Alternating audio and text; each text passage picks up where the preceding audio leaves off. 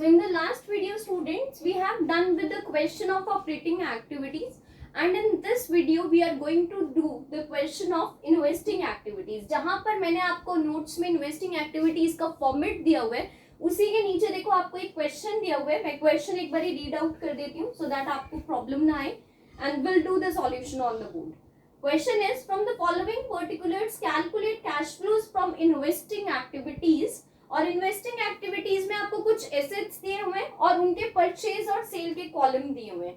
जैसे कि आपको प्लांट की value purchase of plant given है, सेल ऑफ प्लांट गिवन है, इन्वेस्टमेंट में परचेजर्स गिवन है और सेल्स गिवन है, गुडविल में खाली आपको परचेज गिवन है, सेल का अमाउंट गिवन नहीं है. जो कि आगे देखो आपको पेटेंट्स में सिर्फ परचेज का अमाउंट गिवन है, सेल का अमाउंट आपको गिवन नहीं है. ठीक है, उसके बाद नेक्स्ट आपको क्वेश्चन में और डिटेल्स दी हुई है, जिन डिटेल्स में सबसे पहले हमें बोला गया है कि इंटरेस्ट रिसीव हो रहा है डिबेंचर्स के ऊपर, हेल्ड एज इन्वेस्टमेंट 8000. मैंने आपको बताया था कि इसमें टेंजिबल एसेट्स के परचेज, टेंजिबल और इनटेंजिबल एसेट्स के परचेज और सेल के साथ साथ कुछ रिसिप्ट्स भी आपकी यहाँ पर आती हैं. जब हमने फॉर्मेट किया था वो रिसिप्ट्स आपकी बेसिकली 3 ही होती हैं, interest receive, dividend receive and rent receive. तो आपको उनमें से ही आपको सबसे पहले इन्वेस्टमेंट आपने की हुई है, उस इन्वेस्टमेंट के ऊपर आपको इंटरेस्ट रिसीव हो रहा है. ठीक है, नेक्स्ट आपको दिया हुआ है interest paid on debentures issued 15000. जब हमने फॉर्मेट किया था तब हमने ये बात डिस्कस की थी कि यहाँ पर सिर्फ और सिर्फ इन्वेस्टिंग का फॉर्मेट सबसे इजी क्यों होता है, क्योंकि fixed tangible assets, fixed intangible assets और नॉन करंट इन्वेस्टमेंट्स का परचेज सेल आता है यहाँ पर, जिसमें से परचेजेस माइनस हो जाते हैं और सेल्स ऐड हो जाती है. उसके बाद 3 और चीजें आते हैं, रिसिप्ट्स आपकी तीनों आती हैं. वो रिसिप्ट्स में आपका इंटरेस्ट रिसीव, डिविडेंड रिसीव और रेंट रिसीव, ये बस इतना सा फॉर्मेट होता है आपका और आपका इन्वेस्टिंग का आंसर आ जाता है. लेकिन कहीं पर भी हमने इंटरेस्ट की पेमेंट इन्वेस्टिंग के फॉर्मेट में नहीं करी थी. तो यहाँ पर जब हम इन्वेस्टिंग का फॉर्मेट क्वेश्चन करेंगे तो आपको क्वेश्चन में कंफ्यूज करने के लिए इंटरेस्ट रिसीव पहली एडजस्टमेंट दी हुई है, इंटरेस्ट पेड सेकंड एडजस्टमेंट दी हुई है. तो आप सिर्फ क्या कंसिडर करोगे, रिसिप्ट. ये बात याद रखना कि इन्वेस्टिंग में सिर्फ रिसिप्ट्स आएंगी, एज सच पेमेंट नहीं आएगी. तो इंटरेस्ट पेड यहाँ पर नहीं आएगा, इसको एडजस्टमेंट को हमें नहीं करना है. आगे देखिए, dividend received on share held as investment. Invest कर रहे हो, शेयर्स के ऊपर पैसा लगा रहे हो. पैसा क्यों लगा रहे हो, क्योंकि कुछ रिटर्न चाहिए. शेयर्स के ऊपर जो आपको रिटर्न मिलता है शेयर्स की इन्वेस्टमेंट के ऊपर, उसे हम बोलते हैं डिविडेंड. तो आपको डिविडेंड भी रिसीव हो रहा है. लास्ट एडजस्टमेंट आपकी ये है कि आप डिविडेंड पे भी कर रहे हो इक्विटी शेयर कैपिटल के ऊपर. तो पेमेंट है, पेमेंट फिर से यहाँ पर कोई भी एसेट नहीं आएगी. आगे आपको एक लाइन गिवन है अलग से, A plot of land was purchased out of the surplus funds. कि हमारे पास कुछ एक्स्ट्रा फंड थे जिसमें से हमने कुछ जमीन का टुकड़ा खरीदा, इन्वेस्टमेंट पर्पस से खरीदा, ये भी क्लियरली बताया हुआ है. And was let out. Let out मतलब किराए पर उसे दिया. लेट आउट मतलब होता है रेंट के लिए, कुछ किराए के लिए हमने उसे दिया फॉर कमर्शियल यूज और उसका हमें रेंट रिसीव हुआ 30,000. तो रेंट रिसीव भी आपकी रिसिप्ट है, इनकम है, वो भी हम यहाँ पर लिखेंगे. स्टार्ट करते हैं इन्वेस्टिंग के फॉर्मेट के साथ. तो फॉर्मेट के लिए आप ऊपर सबसे पहले लिखेंगे cash flows from investing activities. तो फॉर्मेट आपका वही रहेगा कि यहाँ पर आप फाइनल अमाउंट लिखेंगे और यहाँ पर आपकी डिटेल्स आ जाएंगी.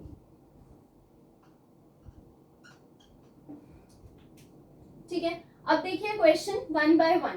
तो आपको सबसे पहले क्वेश्चन में कुछ परचेज और सेल की फिगर्स गिवन है. तो हमने वहां पर जब फॉर्मेट किया था तो हमने क्या किया था कि जितनी भी आपकी परचेज की आइटम्स होती हैं उनको हम क्या करते हैं, माइनस, और जितनी भी हमारी सेल की आइटम्स होती हैं उनको हम क्या करते हैं, प्लस. तो आपको सबसे पहले गिवन है परचेजेस की कुछ आइटम्स, जिसमें आपको गिवन है परचेज ऑफ प्लांट. तो आप लिखोगे प्लांट का परचेज और सेल दोनों गिवन है. तो पहले मैं इसका परचेज लिख रही हूँ. परचेज ऑफ प्लांट आपको अमाउंट गिवन है 6,20,000. ठीक है, अब इस 6,20,000 का आपका क्या है, परचेज. परचेज है तो हम इसको क्या करेंगे, माइनस, और माइनस शो करने के लिए हम क्या करते हैं, ब्रैकेट्स। उसके बाद नेक्स्ट आपको परचेज गिवन है किसका, पहले सारी परचेजेस ले लो फिर सब सेल्स ले लेंगे। नेक्स्ट आपको परचेज गिवन है इन्वेस्टमेंट का। इन्वेस्टमेंट का परचेज आप लिखोगे परचेज ऑफ इन्वेस्टमेंट्स। अब देखिए इन्वेस्टमेंट्स की वैल्यू है आपकी परचेज की 2,40,000, क्योंकि परचेज है तो दोबारा से इसको क्या कर दोगे आप, ब्रैकेट्स में। देन आपको गिवन है गुडविल, गुडविल का भी आपको परचेज गिवन है, तो आप यहां पर लिखेंगे परचेज ऑफ गुडविल।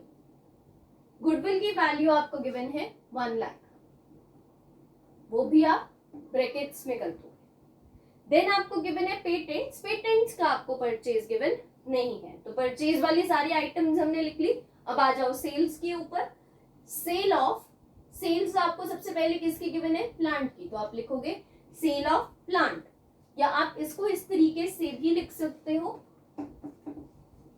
एक और तरीका होता है इसको लिखने का जो फॉर्मेट में हमने पढ़ा था, proceeds from sale of plant, proceeds from sale of plant. कितना अमाउंट, सेल अमाउंट गिवन है आपको 2 लाख, तो आप लिख दोगे यहां पर 2 लाख, प्लस होगा तो ऐसे ही रहने देंगे। उसके बाद नेक्स्ट है आपको इन्वेस्टमेंट्स, इन्वेस्टमेंट्स का भी आपको सेल अमाउंट गिवन है, तो आप उसको कैसे लिखोगे, proceeds from sale of investment. Investment का आपको अमाउंट कितना गिवन है सेल का, इट्स 80,000, 80,000 आप लिख देंगे। उसके बाद आगे है गुडविल, गुडविल का आपको सेल अमाउंट गिवन नहीं है, उसको आप स्किप करो। उसके बाद आपको दिए हुए हैं पेटेंट्स, पेटेंट्स का भी आपको सेल अमाउंट गिवन है, परचेज गिवन नहीं है, तो हम इसका सेल ही लिखेंगे, proceeds from sale of patents. Patents क्या होते हैं हमारे, इंटेंजिबल एसेट्स, तो पेटेंट्स का है अमाउंट 1,50,000, ये भी आपका सेल है, तो ये भी आपका क्या होगा, प्लस। इसके बाद आपको कुछ एडजस्टमेंट्स दी हुई हैं, जिसमें से सबसे पहली एडजस्टमेंट आपकी है interest received on debentures held as investment. Investment के तौर पर डिबेंचर्स थे, उनके ऊपर आपको इंटरेस्ट मिल रहा है। इन्वेस्टिंग में बार बार बोल रही हूँ, रिसिप्ट्स आएंगी, interest receive, dividend receive, rent receive, तीनों आएंगे, पेड कुछ भी नहीं आएगा। तो हम यहाँ पर क्या लिखेंगे फॉर्मेट में, इंटरेस्ट रिसीव, क्योंकि इनकम है, पैसा हमारे पास आ रहा है, तो हम क्या करेंगे, ऐड, तो इंटरेस्ट रिसीव आप यहाँ पर लिखोगे, अमाउंट है आपका 8,000, माइनस करना नहीं तो ब्रैकेट लगानी भी नहीं है। उसके बाद नेक्स्ट आपको यहाँ पर गिवन है dividend received on shares, shares के ऊपर आपको डिविडेंड रिसीव्ड हो रहा है, सॉरी आपको इंटरेस्ट पेड आपको गिवन है on debentures issued 15,000, interest paid है, तो हम क्या इंक्लूड करते हैं, सिर्फ इंटरेस्ट रिसीव जो हम लिख चुके हैं, पेड नहीं इंक्लूड करते, स्किप करो। नेक्स्ट आओ dividend received on shares held as investment, shares आपने इन्वेस्टमेंट पर्पज से खरीदे हुए थे, उनके ऊपर आपको डिविडेंड रिसीव हो रहा है, रिसीव है तो हमारी इनकम है, बिल्कुल अगेन हम क्या करेंगे, इसको ऐड करेंगे, तो dividend receive and the amount is 20,000। उसके बाद नेक्स्ट एडजस्टमेंट आपको फोर्थ गिवन है dividend paid on equity shares, dividend paid again हमारी पेमेंट है, और पेमेंट्स हम इन्वेस्टिंग में इंक्लूड नहीं करते, तो डिविडेंड पेड भी आप स्किप कीजिए।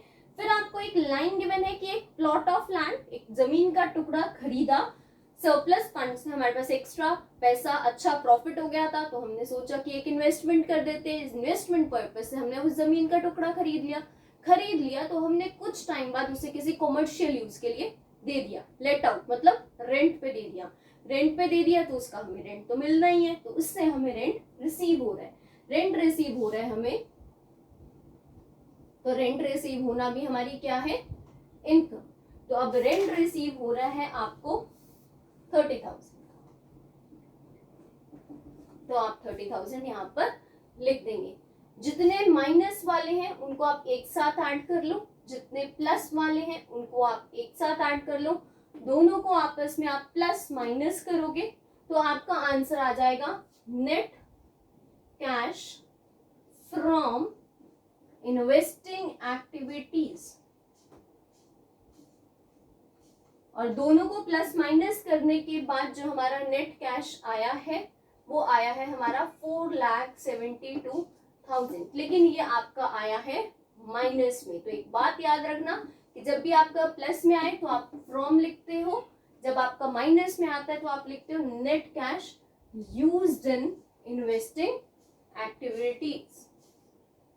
तो ये आपका सब प्लस माइनस करने के बाद आंसर इज 4,72,000। देखिए कुछ भी नहीं है, इन्वेस्टिंग सबसे इजी होता है। इसमें जितनी भी परचेजेस दी होती है उनको आप लिखो, उनको माइनस करना होता है हमें, जितनी सेल्स हमें दी होती है उनको आपको ऐड करना होता है, उनको आप लिखिए। आपको 3 ही इनकम इसमें गिवन होते हैं, मतलब कहने का मतलब ये है कि आपको रिसिप्ट्स लिखनी है, पेमेंट्स नहीं लिखनी है, और रिसिप्ट्स को भी आपको ऐड करना है। आपस में जितने प्लस माइनस वाले हैं उनको आप पहले प्लस वालों को एक साथ कर लो, माइनस वालों को एक साथ कर लो। दोनों फिगर्स जो भी आपकी यहाँ से और यहाँ से आएंगी उनको प्लस माइनस माइनस करेंगे तो you will get the answer. If the answer is in positive, then you have to write down that net cash from investing activities, and if your answer is negative like here, then you have to write down net cash used in investing activities. That's all about the investing activities. But investing activities का एक और part होता है जहां पर आपको if in case कोई missing figure होती है वो आपको कैलकुलेट करनी होती है। तो आप उसको कैसे कैलकुलेट करते हो उसके लिए मैं आपको एक छोटा सा टॉपिक इन्वेस्टिंग में करवाऊंगी इन माय नेक्स्ट वीडियो।